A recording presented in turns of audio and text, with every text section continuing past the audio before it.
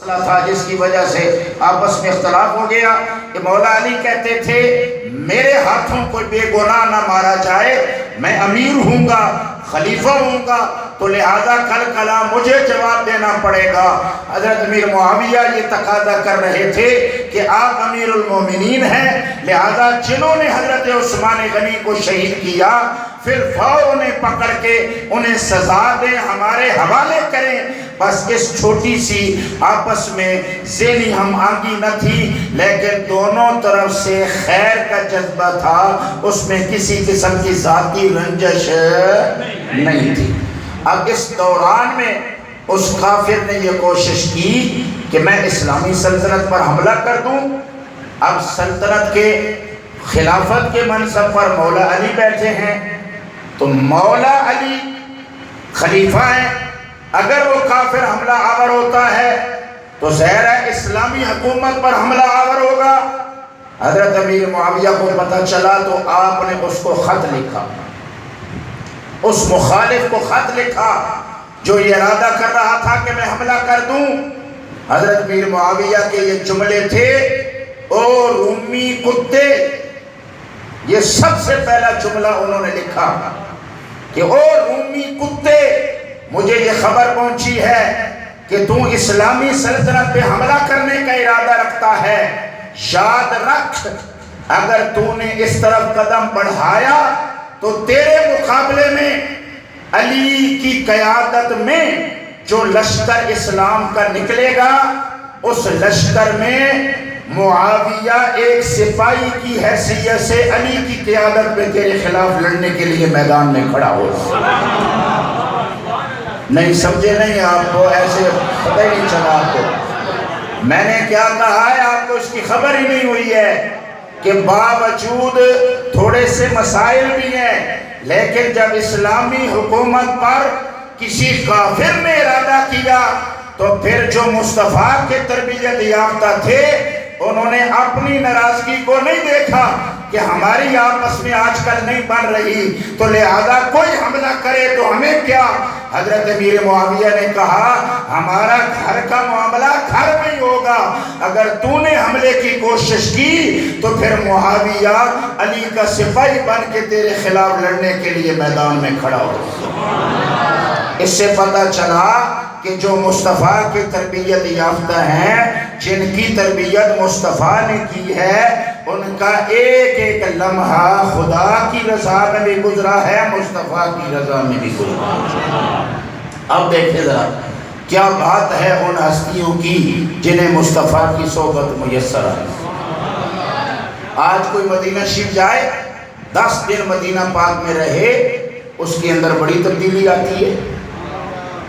اندر باہر کہتا ہے یار میں بڑا پاک ہو گیا ہوں، صاف ہو گیا ہوں، میرا تو رنگ ہی بدل گیا ہے، میری تو حالت ہی بدل گئی ہے۔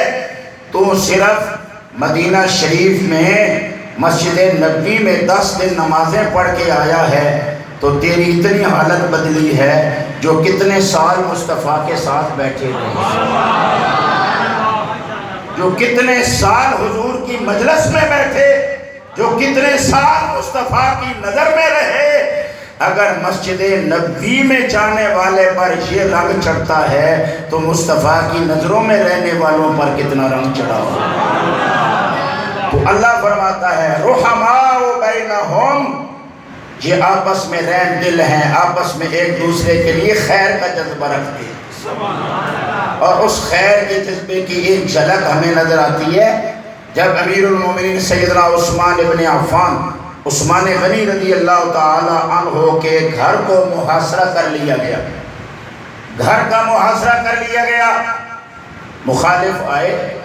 میں نے ایک دفعہ پہلے بھی یہاں کہا تھا کہ جس کسی شریف آدمی کو بیزتہ کرنا ہو بڑا آسان ہے، اس کے خلاف پروپیگنڈا شروع کر دو۔ 1 منٹ میں شریف آدمی، معزز آدمی، عزت دار بندہ، اچھا خاصا ٹھیک ٹھاک عزت والا بندہ، 2-4 لفنگے اکٹھے ہو جائیں تو اچھے خاصے عزت دار بندے کی پگڑی اچھال کے ادھر پھینکتے ہیں، اور لوگ عزت والے بندے کی بات نہیں سنتے، لوگ ان لفنگوں کی باتوں کی طرف زیادہ دھیان کرتے ہیں جو عزت داروں کی پگڑیاں اچھالتے ہیں۔ حضرت سیدنا عثمان غنی کو شہید کرنے سے پہلے حضرت عثمان غنی کے خلاف بھی ایسا ہی ماحول بنایا گیا۔ یہ کہا گیا کہ جو عثمان غنی اقربا پروری کرتے ہیں، عثمان غنی اپنے رشتہ داروں کو نوازتے ہیں، عثمان غنی اپنے منصب کا ناجائز فائدہ اٹھا رہے ہیں، پتہ نہیں کس کس انداز سے باتیں کی گئی تاکہ لوگوں کا ذہن امیر المومنین کے خلاف ہو جائے، جن کا جو مقصد تھا لوگوں کا ذہن پہلے خراب کیا، اچھی طرح سے ان کے ذہن میں یہ بات ڈال دی، اور پھر اس کے بعد منصوبے کے مطابق مدینہ طیبہ میں آئے اور آ کے حضرت امیر المومنین کے گھر کا محاصرہ کر لیا۔ خیال یہ تھا، جیسے میں نے پچھلے جمعہ کو بھی عرض کیا، ان کا منصوبہ یہ تھا کہ ہم مدینے میں لڑیں گے اور امیر المومنین کے دفاع میں جب لوگ نکلیں گے تو ہماری طرف سے کچھ بندے مارے جائیں گے، اور ہماری طرف سے جب کچھ بندے مریں گے تو بہت سارے ملکوں میں امیر المومنین کے خلاف ایک خاص شورش شروع ہو جائے گی، لہذا آپس میں مسلمان لڑیں گے، ان کا خون ضائع ہوگا، وہ آپس میں لڑ بڑ کے ختم ہو جائیں گے اور اسلام کا نام و نشان بھی باقی نہیں رہے گا۔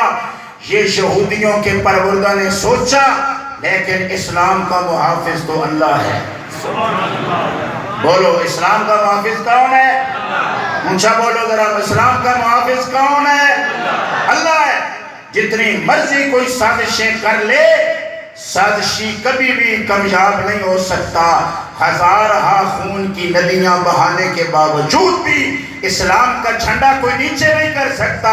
اسلام کی حفاظت اللہ خود فرما رہا، چونکہ اللہ نے وعدہ کیا، پیارے حبیب ہم نے جو آپ کو دین عطا فرمایا ہے، ہم اس دین کو سارے دینوں پہ غالب کر کے چھوڑیں گے۔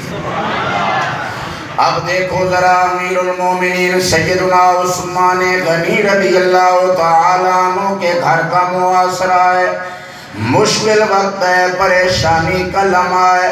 قرآن فرماتا ہے والذین معه اشداء علی الکفار رحماء بینہم، فرمایا جو مصطفیٰ کے ساتھ ہیں، مصطفیٰ کی مجلس میں بیٹھنے والے ہیں، جو مصطفیٰ کے صحابہ ہیں، جو مصطفیٰ کی مجلس کی برکتیں حاصل کرنے والے ہیں، یہ کافروں پر بڑے سخت ہیں، آپس میں ایک دوسرے کے لیے رحم دل ہیں۔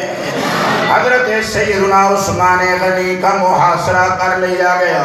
اب تاریخ پڑھیں، چاہے جو مرضی کتاب پڑھیں، جس مرضی کی تاریخ اٹھا لیں، ہر تاریخ کی کتاب میں لکھا ہے حضرت عثمان غنی کو شہید کرنے والے سامنے دروازے سے نہیں آئے، پچھلے گھروں کی دیواریں پھلانگ کے اندر داخل ہوئے اور پھر آ کے امیر المومنین کے گھر میں اترے۔ وہ سامنے دروازے سے کیوں نہ آ سکے؟ اس کا سبب یہ تھا، جب مولا علی کو پتہ چلا، پیار سے بولو ذرا سبحان اللہ، یہ رحماء بینہم والے ہیں، آپس میں ایک دوسرے کے لیے محبت کے جذبات رکھنے والے ہیں۔ جب مولا علی کو پتہ چلا امیر المومنین کا محاصرہ کر لیا گیا، آپ نے اپنے دونوں بیٹوں کو فرمایا حسن جی بابا، حسین جی بابا، فرمایا دونوں میرے بیٹے آ جاؤ، آج امیر المومنین پہ مشکل وقت آ گیا ہے، اے حسن اے حسین تم دونوں جا کے امیر المومنین کے دروازے کا پہرا دو۔ بولو پیار سے ذرا سبحان اللہ، اور پیار سے کہو ذرا سبحان اللہ۔ اب دیکھو لوگ کہتے ہیں جی ان کی کوئی دشمنیاں تھیں، تو دشمنوں کے دروازوں کے پہرے دیے جاتے ہیں، دشمنوں کے دروازوں کے پہرے دیے جاتے ہیں۔ دشمنوں کی تو ہمیشہ نقصان پہنچانے کا دوسرا دشمن خیال کرتا ہے، اگر ان کا کسی قسم کی کوئی دشمنی کا معاملہ ہوتا تو کبھی اپنے بیٹوں کو بھیج کے ان کے دروازوں کو پہرے نہ دلواتے۔ تو کیا ہے، ایک دروازے پہ امام حسن کھڑے ہیں، ایک دروازے پہ امام حسین کھڑے ہیں، اور اس سے واضح کیا کہ قیامت تک رسول اللہ کی اولاد کے لیے ایک نمونہ بنا دیا۔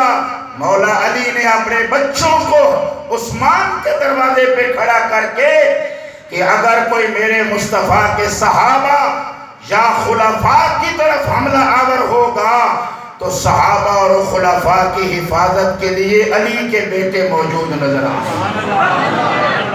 یعنی کوئی یہ سمجھتا ہے کہ ہم خلفاء پر حملہ آور ہوں گے، صحابہ پر حملہ آور ہوں گے تو ہمیں کوئی اہل بیت کے دروازے میں پذیرائی ملے گی؟ نہیں، فرمایا اہل بیت تو خود اہل بیت کے نفوس قدسیہ مصطفیٰ کے خلفاء کے دروازوں کا پہرا دے رہے ہیں کہ کوئی ادھر منہ اٹھا کے نہ آئے۔ یہ وہ ہیں جنہوں نے ہمارے نانا کے قدموں میں اپنا سب کچھ قربان کیا۔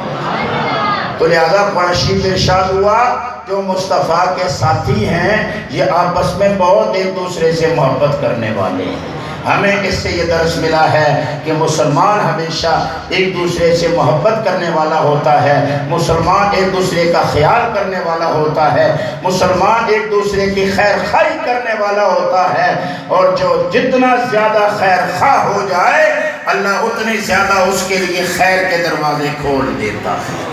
اللہ تبارک و تعالی حضرت سیدنا عثمان غنی رضی اللہ تعالی عنہ کے درجوں میں مزید بلندیاں عطا فرمائے، اور رحماء بینہم کی جو برکتیں ہیں اللہ تعالی امت مصطفیٰ کو ہمیشہ نصیب رکھے۔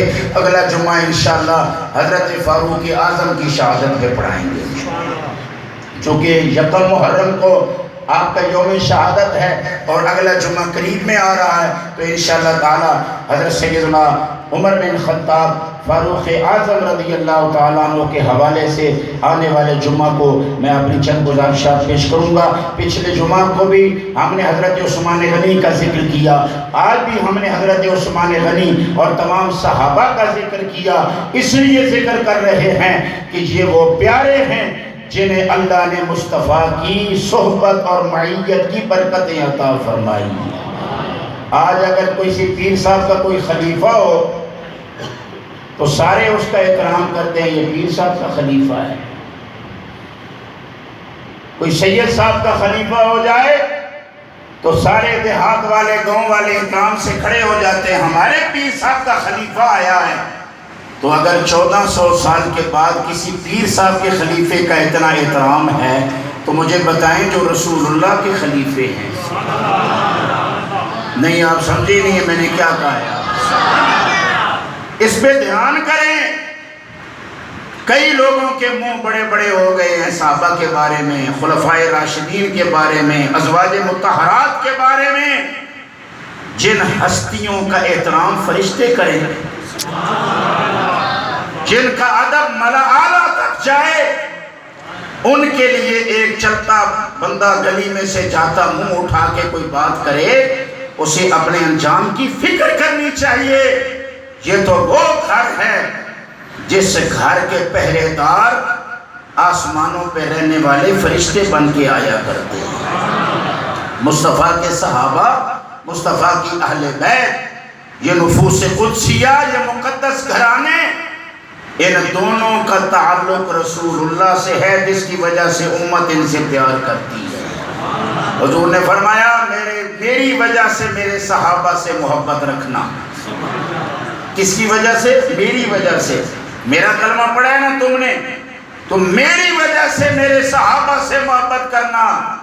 فرمایا میری وجہ سے میری آل بیت سے محبت کرنا۔ درمیان میں وجہ کیا ہے؟ رسول اللہ کی ذات مبارک ہے۔ فرمایا میری وجہ سے، اے کلمہ پڑھنے والوں، میری وجہ سے میرے صحابہ سے بھی محبت کرنا، اور میری وجہ سے میری آل بیت سے بھی محبت کرنا۔ تو رسول اللہ کی وجہ سے حضور کے صحابہ سے بھی محبت ہے، اور رسول اللہ کی وجہ سے حضور کی آل بیت سے بھی محبت ہے۔ کسی بھی طرف کوئی گستاخی ہوگی، کوئی بغض ہوگا، کوئی کینہ ہوگا، کوئی دل میں کھوٹ ہوگا، واللہ نہ خدا راضی ہوگا نہ مدینے والا مصطفیٰ راضی ہوگا۔ اسی دل پہ رحمت اترے گی جس دل میں صحابہ کی محبت بھی ہوگی اور جس دل میں آل بیت اطہار کی محبت بھی ہوگی۔ اور ہم آل سنت و جماعت یا رسول اللہ کہنے والے اللہ کا شکر ادا کرتے ہیں کہ اللہ نے ہمارے دل میں نہ صحابہ میں سے کسی زیادتی کا کھوٹ رکھا ہے، نہ آل بیت اطہار کے نفوس میں سے کسی جان کا کھوٹ رکھا ہے۔ آل سنت کے دل میں تمام صحابہ کا پیار بھی ہے اور تمام اہل بیت کا پیار بھی ہے۔ اللہ اکبر، یا رسول اللہ، یا علی حق چاریا۔ یہ حقیقت ہے، یہ اسلام ہے، یہ دین ہے۔ تو لہذا محرم شریف قریب ہے، کچھ خاص قسم کے سازشی جب بھی محرم قریب آتا ہے تو کچھ زبانیں کھلتی ہیں اور وہ صحابہ کرام کے خلاف کوئی نہ کوئی کمزور جملہ یا گستاخانہ جملے شروع کر دیتی ہیں۔ مطلب یہ ہے کہ ملک کے اندر افراتفری اور فرقہ وارانہ کشیدگی اور ایک دوسرے کے مقابل میں ان کو کھڑا کر دیا جائے۔ ہم یہ کہہ رہے ہیں کہ ایسے سازشیوں کو پاؤں کے نیچے پٹک دو۔ مصطفیٰ کے صحابہ بھی مصطفیٰ کے ہیں، مصطفیٰ کی اہل بیت بھی مصطفیٰ کے۔ ہم نے کلمہ پڑھا ہے لا الہ الا اللہ محمد الرسول اللہ، اور اللہ نے محمد الرسول اللہ فرما کے فرمایا والذین معہ اشداء علی الکفار رحماء بینہم۔ محمد الرسول اللہ کے ساتھ اللہ نے ان کو رکھا تاکہ جو بھی محمد الرسول اللہ کلمہ پڑھے وہ ان کا بھی حیا کرے جنہیں میں نے مصطفیٰ کے ساتھ رکھا ہوا ہے۔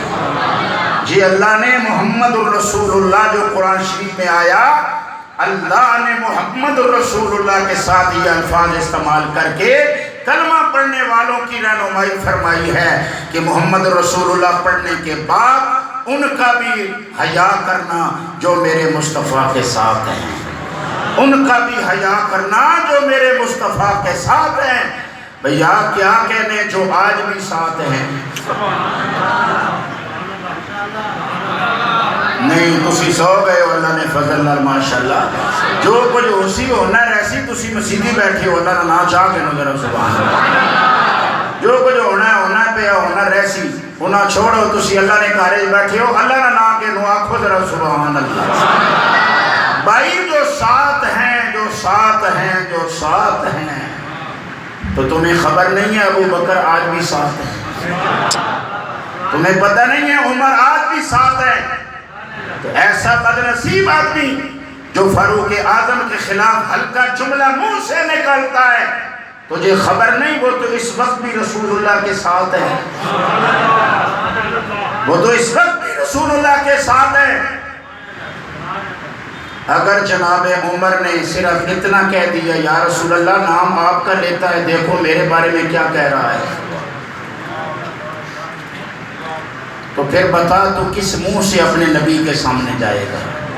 اس لیے ان مقامات پر زبان کو کنٹرول کریں، کوئی شخص صحابہ اہل بیت کے معاملے میں ذرا بھی کمزور جملہ منہ سے نہ نکالے، نہیں تو خدا بھی روٹھ جائے گا، مصطفیٰ بھی روٹھ جائے گا۔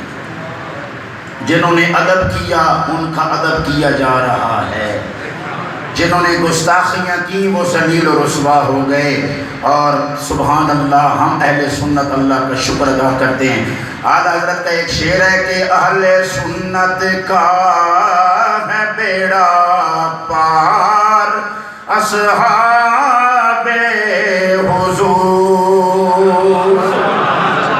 اہل سنت کا ہے بیڑا پار اصحاب حضور، نجم ہے اور ناؤ ہے عطرت رسول اللہ کی۔ حضور نے فرمایا میرے صحابہ ستاروں کی مانند ہیں، فرمایا میری آل بیت کشتی نوح کی مانند ہے، جو کشتی میں سوار ہوا پار لگا، جس نے ستاروں سے روشنی لی کامیاب ہو گیا۔ اعلیٰ حضرت کہتی ہیں ہم خوش نصیب اہل سنت نصیب والے ہیں، اللہ نے ہمیں روشنی کے لیے تارے بھی عطا فرمائے اور پار لگنے کے لیے مصطفیٰ کی اہل بیت کی محبت کی کشتی بھی عطا فرمائی۔ اہل سنت کا ہے بیڑا پار، اصحاب حضور نجم ہیں اور ناؤ ہے اطرت رسول اللہ کی۔ اللہ تعالیٰ اسی محبت میں رکھے، اسی محبت میں دنیا سے اٹھائے۔ وآخر دعوانا الحمدللہ۔